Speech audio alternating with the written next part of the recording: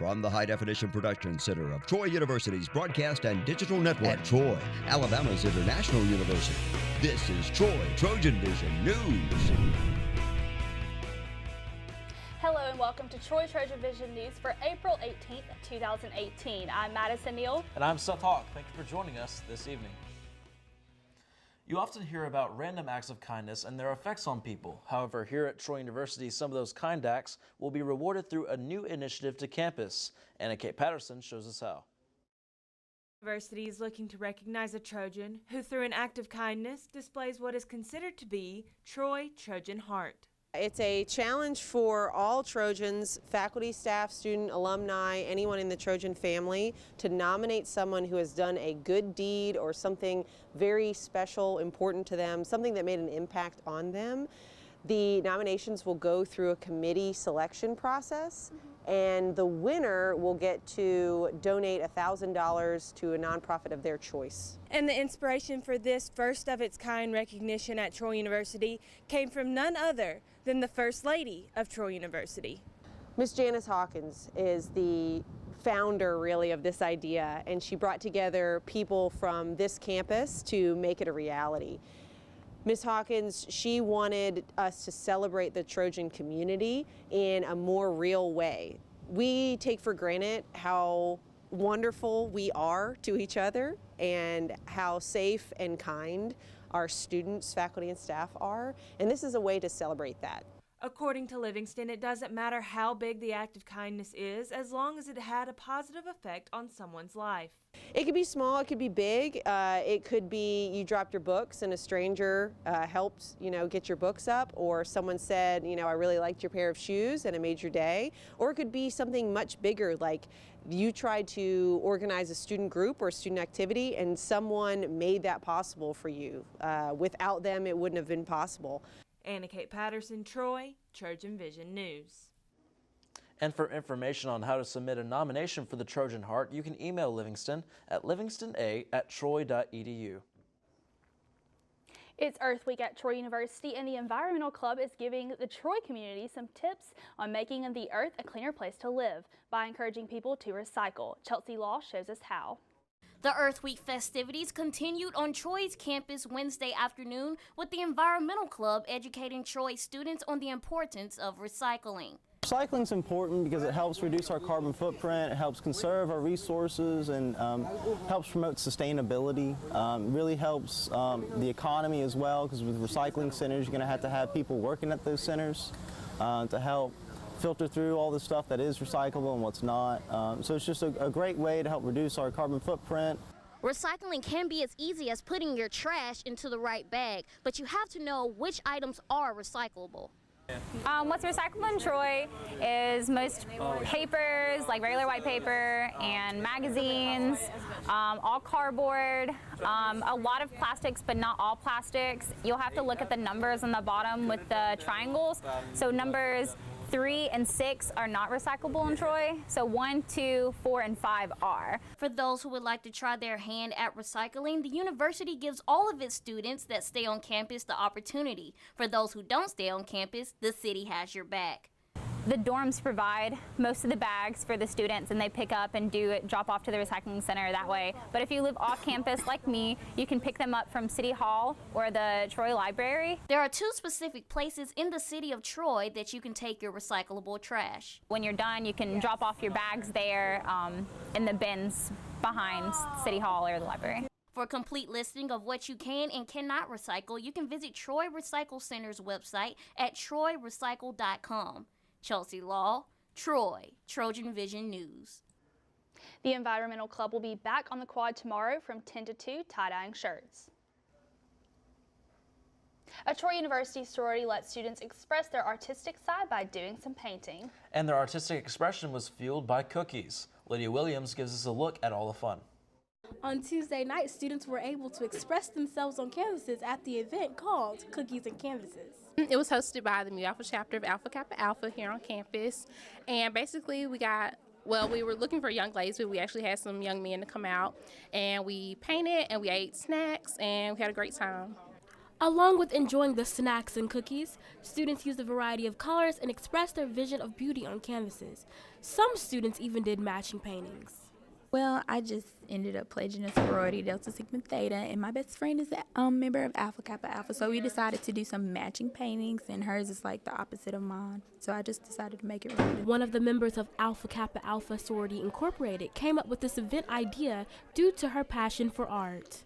I've always really been passionate about art. I'm a graphic design minor, so I really wanted to be able to bring something to the campus that isn't normal, you don't see all the time. Not only did students have a chance to paint, they even had a chance to relax and meet and greet with other students. I had a really good time. It was just really relaxing, fun, just to be around other people and just do something that's just so soothing. It was really nice. The next event that will be held by Alpha Kappa Alpha Sorority Incorporated will be the Mr. Ivy League pageant on Thursday night in TC Ballrooms at 6:08 p.m. Lydia Williams, Troy, Trojan Vision News. And the AKAs have plenty more activities this week, including a game night Friday at 6 p.m. in Trojan Center Room 119. Now, the latest in Trojan Sports on Troy Trojan Vision News. Hello and welcome to your Trojan Vision Sports. I'm Sarah Drake. There is some exciting news for the Trojan women's tennis team's head coach, Raria El-Sisi. The league announced today that she has been named the 2018 Sunbelt Coach of the Year. El-Sisi is in her 8th overall season and 5th at the helm of the women's tennis program. She has compiled over 50 wins in her time as head coach. She coached the Trojans to the #1 seed in the Sunbelt Conference tournament for the first time in program history, and she speaks on what it would mean to bring Troy their first women's tennis Sunbelt Conference championship.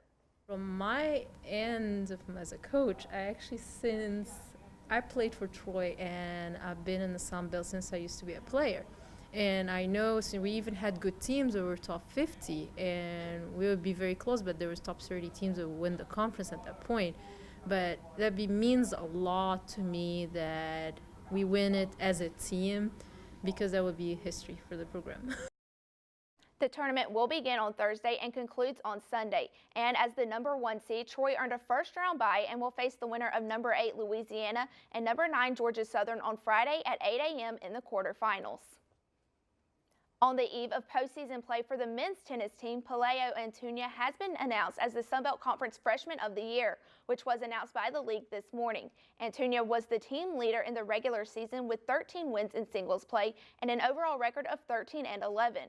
He has an overall record of 10-6 in dual play, which marks a team high as he is the only player with double-digit wins. The freshman has also been one of the most successful players in doubles play for Troy this year, as he is tied for third on the team with 10 doubles wins, which includes a 6-3 record in dual play.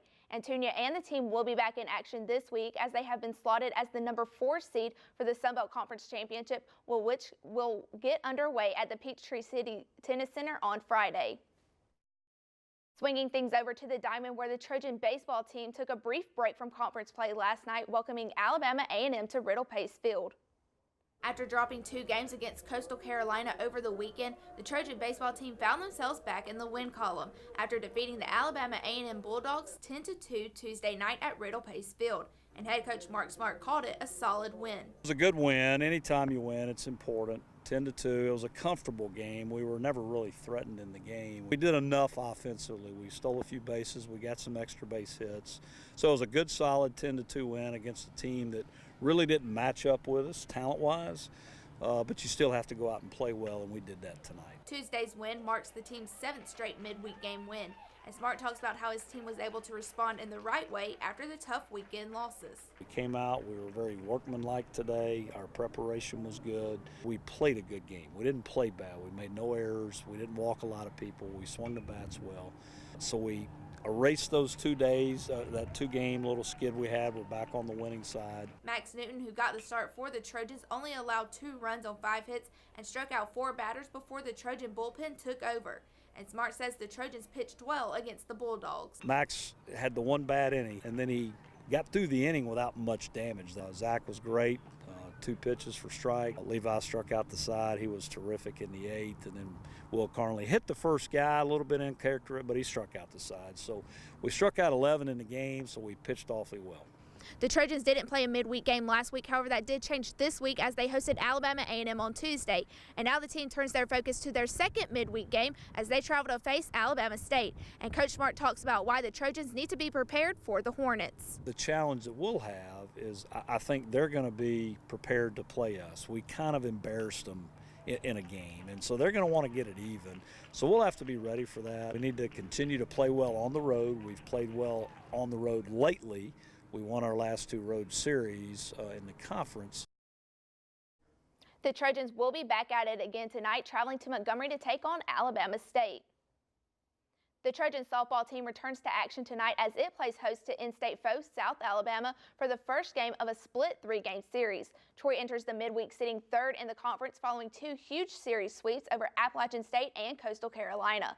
With the 2 sweeps and a midweek win over UAB, the Trojans are riding a 7-game win streak, and head coach Beth Mullins speaks on what she expects out of tonight's game. I mean, it's South Alabama. They're always solid, and they've got great coaching and a great team. So they're going to come out and have no doubt do a normal rivalry thing and get out there and compete. And we're going to have to show up and do what we do. And I expect it to be a dogfight. First pitch for tonight's game is set for 6 p.m. at the Troy Softball Complex. So, Seth, Madison, congratulations to Raria and Paleo on their huge wins this afternoon. Absolutely, and best of luck to the baseball team as they're currently traveling to Montgomery or getting prepared to play Alabama State. Absolutely. Yes, and best of luck to our softball team as they play our rival, South Alabama. Definitely. Thank you, Sarah.